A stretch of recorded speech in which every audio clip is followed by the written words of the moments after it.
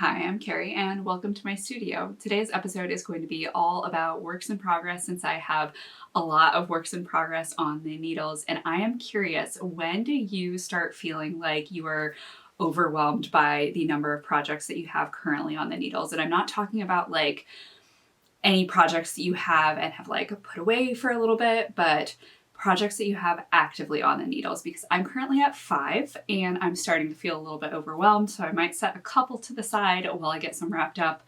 But I'm curious as to what your numbers typically look like. Before I dive into all of my works in progress, I'll share a little bit about what I'm wearing. So this is the Rockmill Cardigan. I'll stand up here so you can see it a little bit better. But this is a cardigan design that I started last year, finished at the start of this year, and I'm finally working on putting together the pattern for it. It is a top-down design with a textured stripe, and I'm planning to include 6 different textured stripe options. So if you take a look at the texture here, it's just kind of like broken rib and garter sections. So I just include a couple of different options to, keep it customizable, and the different stripe widths kind of have different vibes and all of that. So all of those options will be in the pattern when I eventually get around to releasing it, hopefully late this fall or into the winter time. It kind of depends on how long it takes for me to, get all of the pattern stuff together. But we are not here to talk about that today. We're here to talk about all of my works in progress. So as I said, I have 5 works in progress right now. 2 of these have been on the needles for a little bit. 3 of them are brand new cast-ons, and I'm excited to share about all of my progress that I've made over the past couple of weeks since my last podcast episode. We are going to start off by talking about my Ridgeview Tee. So this doesn't look like too much. It is just a panel of a t-shirt. It is knit in broken rib, and you can see that there is a cute little detail here at the hem. And as I said, this is a Ridgeview Tee. However, I am re-gauging it to work with fingering weight yarn. So the pattern is a DK weight pattern, and I just wanted a lighter weight t-shirt version that's a little bit more seasonally appropriate for high summer. Of course, we are now past high summer and we are starting to get into fall. That's the cardigan that I'm wearing now. I think it's only supposed to get up to around 70 degrees today.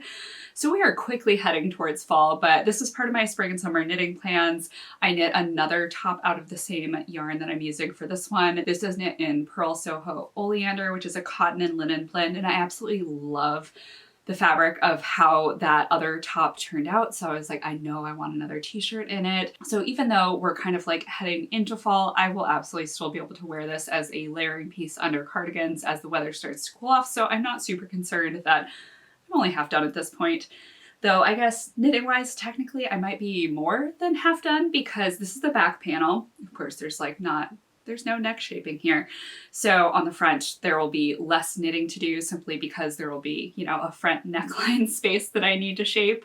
And by virtue of having front neck shaping, there is going to be a nice scoop area that I don't have to knit. It'll be a little bit less knitting on that second panel. So since I'm knitting this at a different gauge than the original pattern, I do have to do a little bit of work still to knit the front panel. So the couple of things that I'll have to figure out is when to start the V shaping at the front. So there's a garter V detail at the front of this pattern. So I have to figure when to start that and what the shaping rate should be for the V to, happen at the appropriate spot. So between where I started and where the neckline is. But it shouldn't take me too long to sit down and figure that out. And I can go ahead and still get the cast on started and just figure out the V in after a couple inches of knitting on the front. So I definitely have my work cut out for me on this in terms of what I need to do next.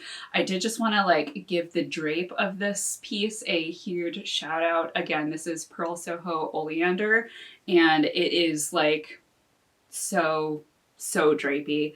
I'm really excited to eventually have this as a finished object. It is such a nice summery yarn. It is a little bit straining on the hands to work with, not super straining. It's just I have to take breaks when I'm working with it. So this definitely has been a bit of a slower project for me. I cast this on, I think maybe at the end of June or something like that. So it's been on the needles for a couple of months and I only have half of the sweater done, but it's definitely enjoyable to work. It's just a little bit slower than something that has a little bit more memory and give in the yarn that is a little bit more comfortable to work on for longer periods of time. The last work in progress I had just cast on a little bit before my last podcast episode, and I've definitely made a lot of progress since the last time. So this is going to be a double Vee Tee, and it's named that because there's a V in the back and in the front. The front is a little bit deeper than the back.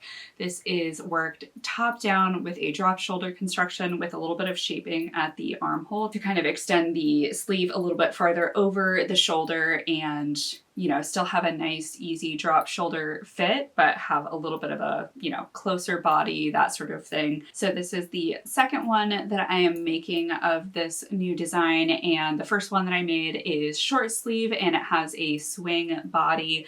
This one is going to be long sleeve, and I'm going to make it with a straight body and probably a split hem, though I haven't 100% decided on whether I'm going to do a split hem though. But it features lateral braid detailing at the shoulders. So you can see that lovely lateral braid there, which is really pretty. I'm absolutely loving it in this solid color yarn. So this is, or I guess semi-solid colored yarn. This is a hand-dyed yarn.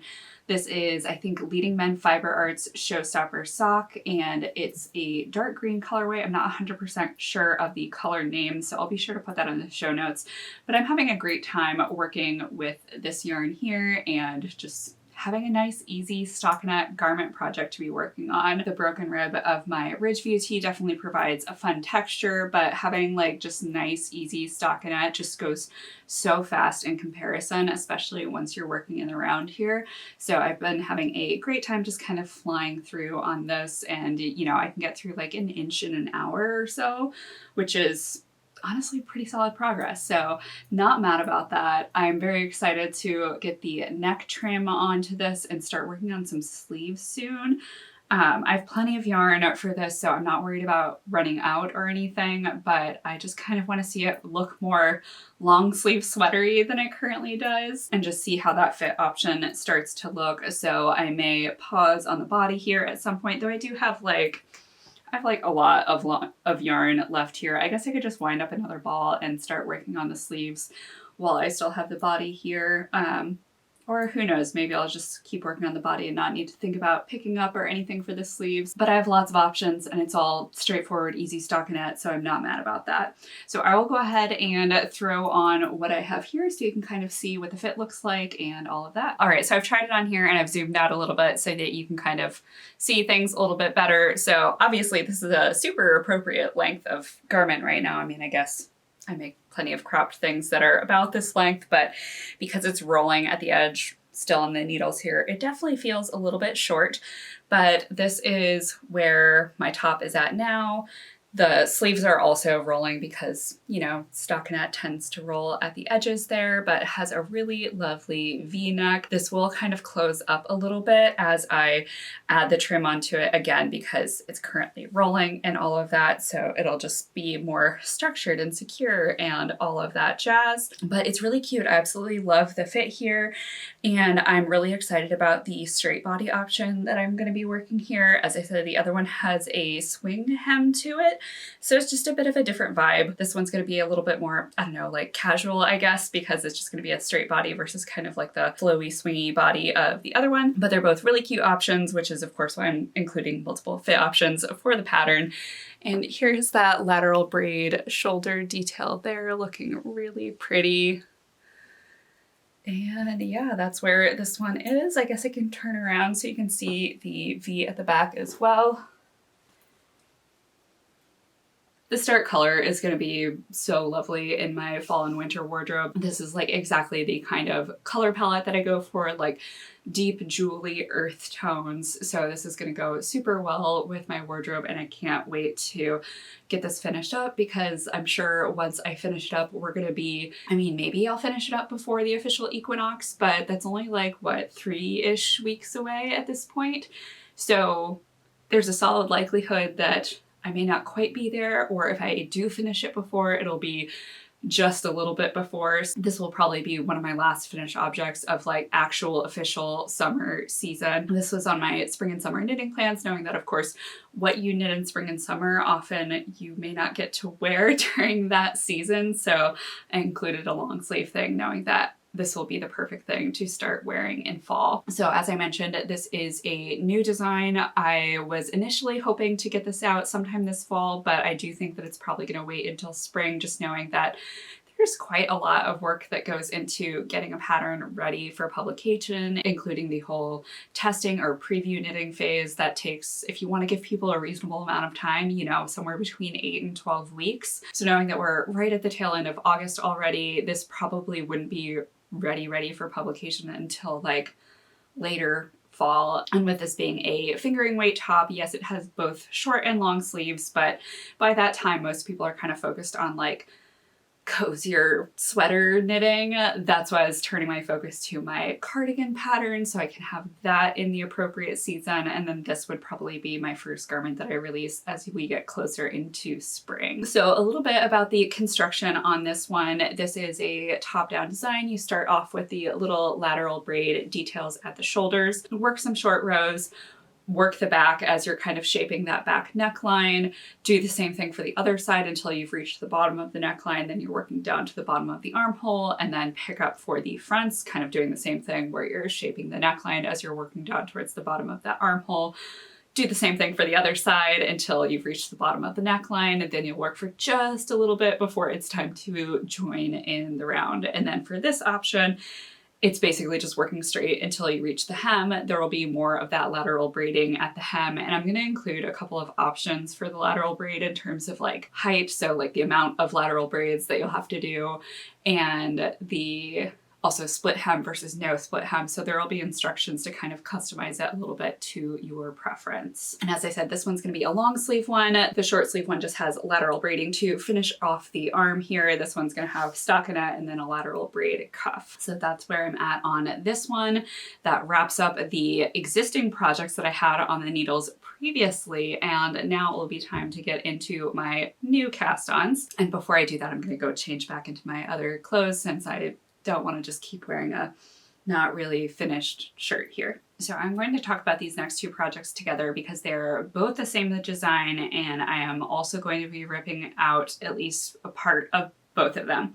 So these are some socks that I'm working on. They also use lateral braid detailing. So I was kind of inspired by the shoulder detail of my double Vee Tee design and kind of wanted to play with that a little bit more. So I had the idea of doing like contrast color lateral braids, thus I have this one cast on here. And it took a little while to get things right. So for the lateral braids on my double Vee Tee, there's kind of like, I guess I can go grab those. So on the lateral braids of the double Vee Tee, there's kind of like an elongated stitch that happens after the lateral braid. So it doesn't really look super sheer per se, but it's a little sheer underneath that elongated stitch. So I was initially thinking, oh, I could just have those elongated stitches and have that in between, but it just wasn't quite looking right at a sock gauge. So the double Vee Tee is also fingering weight yarn. That specific one is worked in a sock yarn, but of course, like the amount of elongation is going to be different when you're working on US 3 needles for a garment with, you know, a little bit more of an open gauge versus on US 1 needles when you're doing a really tight gauge for sock knitting to keep everything, you know, sturdy and secure and all of that like you want for a sock fabric. So it just like wasn't giving the right aesthetic. So I kind of had to nix the elongated stitch idea because like, since it's not exaggerated like it is on the fabric that you get with the US 3 needles, it just kind of looks messy as opposed to intentional. So instead of doing that, I did a little resolution technique that shortens up the elongated stitches after the lateral braid, and it just kind of looks like, you know, regular stockinette. So as I mentioned at the start, I am going to be ripping these out, not all the way, but basically all the way to the first lateral braid here on each of these socks. So you can kind of see it here. I have on this contrast color one, there's a little bit of blue and then back to the dark green of the sock cuff here and then back into the blue, but you're just not really getting enough credit for the color change stripe thing that's happening there. It just all kind of disappears into the smaller stripes. It's not super impactful in terms of the contrast and design element. It does look nice on the solid color one because, you know, it's just kind of the 3 solid color stripes and it's more about the texture there on the solid color one. But I want it to be like, you know, impactful and pretty on both of them. So that means I need to rip back, redo it, and make my stripe heights taller in between the lateral braids. So aside from needing to rip back, I really like the contrast of the contrast color one and how it's looking overall. I think it's gonna be super cute. I love having the option of a contrast color version and a solid color version, both looking really cute. And depending if you want to, you know, like work up something a little scrappy so you can use leftover bits of other sock yarns that you've used before, or if you just want to knit a full solid colored sock, you can do either one. So that's what's going on here. I will continue working through these socks. I have the pattern mostly ready to go for these since, you know, I really just had to work through the technique needed for the lateral braiding and resolving the elongated stitch and all of that. So pattern is in relatively good shape, so I'll probably be starting a preview knit haul relatively soon for that, probably by mid-September or so, with a goal of releasing these in October. And then I was also already thinking of the same kind of design concept for fingerless mitts where you have like a lot of lateral braiding on the cuff and having like this color with a like red for a cute holiday mitt. Actually, let me grab that red that I'm kind of thinking. So like these two together, if I had like the lateral braids in this like red pop with the gray, I think that would be so, so cute for a little holiday accessory. And I think I'll also try to do a worsted weight version in addition to the fingering weight version, because fingering weight mitts are like great for using up leftover yarns. They're really good for like fall and spring. I really prefer like a DK or worsted weight mitt for actual winter time. So we'll see if I end up doing DK or worsted, but definitely something a little bit heavier to, again, provide options and have a cute little holiday accessory thing that will match this sock design that I am currently working on. So I have yet to name these socks here. Again, I like just am at the cuff. I've already re-knit both of these a few times, or at least, you know, like the lateral braid detailing a few times as I've kind of figured out how I want to do that lateral braid section. And here I am just having to re-knit it again, but they do go pretty quickly given that, you know, it's a 64 stitch, basically mostly stockinette sock with just a little bit of interest happening here at the lateral braid cuff. So I am excited to continue working on these and have my first pairs of socks for fall. These were not anywhere on any of my plans. I just kind of came up with the idea as I was working on my double Vee Tee earlier this month and spent like a whole week just kind of diving into this idea, playing with different yarns, deciding that the color combos were not working for some of the ones that I tried out. There like wasn't enough contrast and that sort of thing.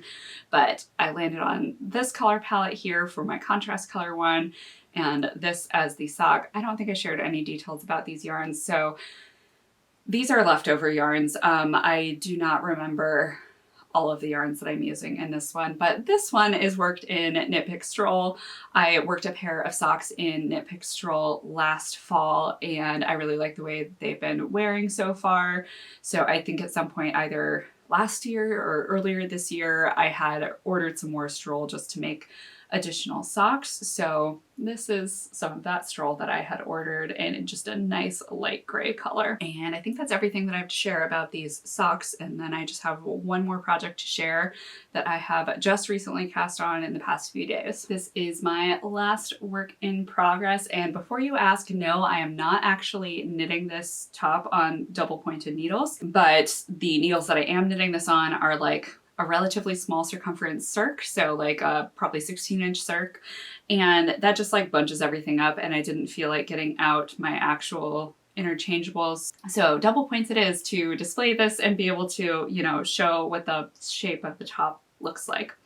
So this is a completely freestyled toddler top pattern. I am roughly basing this on the numbers from my Little Plinth Tee pattern, but outside of like the rough numbers, there's like not really any similarities between Little Plinth Tee and this top here. So I just kind of use those numbers as like a guide for how many stitches I need where. But this is worked top down. Little Plinth Tee is worked bottom up. So I just kind of, you know, winged it, I guess. I was just like, okay, here's how many stitches I need at the shoulders, and let's work some short rows and some neck shaping, and here's about how long the armhole should be, and all of that. So very, very rough guide, just kind of based on the numbers.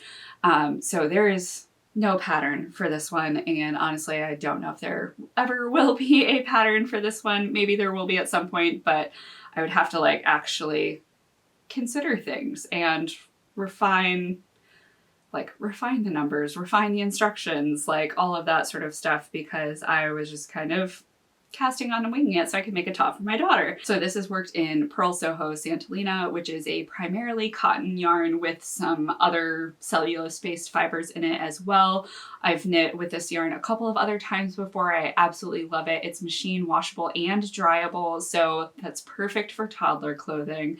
And I had actually knit another top for my daughter in this yarn earlier this summer, and now I'm just knitting the other one that I plan to knit for her. So that one I had knit in the darker color of pink here. So I had gotten 2 balls of that, or I guess 2 skeins of that. I think it's a skein put up from Purl Soho, and knit that top, had some leftovers, and that was the plan, to have leftovers so that I could then make a stripy top with the leftovers of that and just 1 skein of the other color. So the colors that I'm using here, that's a great question. I'm not sure what the colors that I'm using here are. I will put the colors that I'm using in the description and link to Purl Soho's website where you can purchase these yarns in whatever colors that I'm using here. But it is like a light pink peachy color and then a dark pink with kind of some purple undertones as the 2 colors here.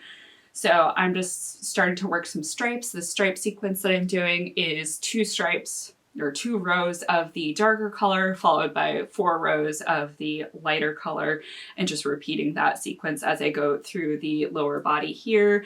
And I didn't do any striping at the upper portion just to like make my life easier as I was doing things. And it's also, you know, it looks cute to have like the contrast of the solid color at the top and then go into the stripes at the bottom.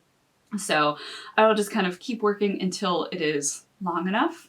And I haven't decided whether I'm planning to have the bottom end up being the darker color or just go back to the pink here, the lighter color of pink for the body. Because the other thing to consider is that I am planning to make this a long sleeve top. So I need to make sure that I have enough yarn to do long sleeves. So that may make the decision as to whether this light pink color will be like the primary color with just a little bit of that striping, you know, through the body, or if I really need to, you know, kind of do a flip-flop of the colors and have that be the alternate main color at the bottom. So we'll kind of see how it goes and see how much yarn I actually have as I continue to work this. So as I said, I cast this on just a few days ago, earlier this week, and as you can see, I already have nearly like half of a toddler top here, at least for the body. So this should be really quick to continue working on, and I'm hoping to finish it within the next week or so. And then again, yeah, as like the weather cools down this fall, this will be a great long sleeve option for her to wear. Being a long sleeve cellulose fiber thing, it's not going to get too hot as we're in kind of those like warmer stages of early fall and all of that. And even as we get into winter, you know, she's still inside most of the time. This wouldn't be a sweater that she would be wearing on its own outside without additional, you know, coat or whatever over it if, you know, it gets super cold. So there's definitely a time and a place for those cellulose fiber based options, especially when you're looking for easy care for toddler clothing. So that just about covers everything that I have been working on lately. As I said, I have 5 works in progress on the needles right now. It does feel a little bit overwhelming to have that many works in progress currently on the needles. I probably will, you know, maybe set one of the socks to the side. I may not pick back up on my Ridgeview Tee for a little bit as I'm kind of working through other things. Definitely going to get that toddler top off the needles first, and maybe one of the socks. and then I'll probably feel in a better place about what I have going on. Of course, now that we're heading into September next week, I'm already starting to think about what I want to be knitting for fall. That being said, I have like zero plans yet. I have not done any kind of sitting down to look at my stash, plan anything. Partially because my stash is a complete disaster. I don't know if you can see it, but you can maybe see in the mirror there that there's kind of like a bin top. So my yarn is currently very disorganized, and because I was like digging through to find some things. But then it also occurred to me that I have never organized my yarn stash. And by organize my yarn stash, I mean like created a system for organization for my yarn stash in the 15 plus years that I've been knitting. I think it's actually 16 plus. I started knitting in 2008. It's 2025. So it's been a while. So I think that kind of needs to be my next project that I work on, is getting through my yarn stash so I can see all of the things that I have currently, what yarns I would actually like to work with this fall, what kind of projects are going to go well with those yarns. So I think that needs to happen first before I can even think about starting fall knitting plans. There are definitely some things that I like know that I want to work on because like I purchased them relatively recently, but that's like two things that I can think of off the top of my head. And everything else, it's like, I know that I have sweater quantities. I know that I have yarns that I can use. I don't need to be going out and buying a whole bunch of new yarn for new projects. I have a lot of yarn that I can use, but I don't really have a great idea of what sweater quantities I have, how much yarn is actually in those sweater quantities, which can kind of dictate, you know, can you work something more oversized? Does it need to be a little bit more fitted? Do you have enough for like a bigger cardigan or something with a shawl collar, which requires, you know, more yardage?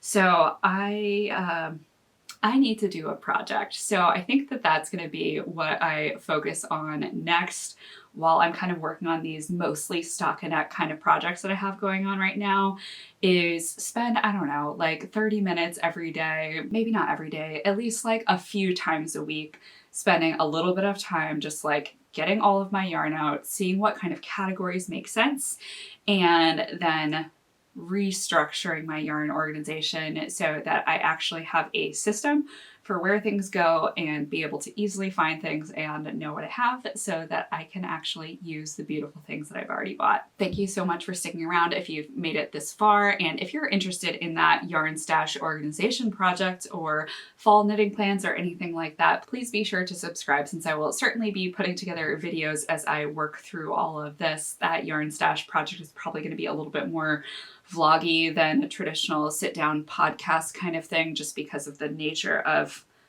getting through that sort of project. But once I get through that project, I will be doing a sit down with all of my fall knitting plans and dreaming about all of the cozy things that I want to knit this fall and winter. Thank you so much for watching, and I'll see you next time.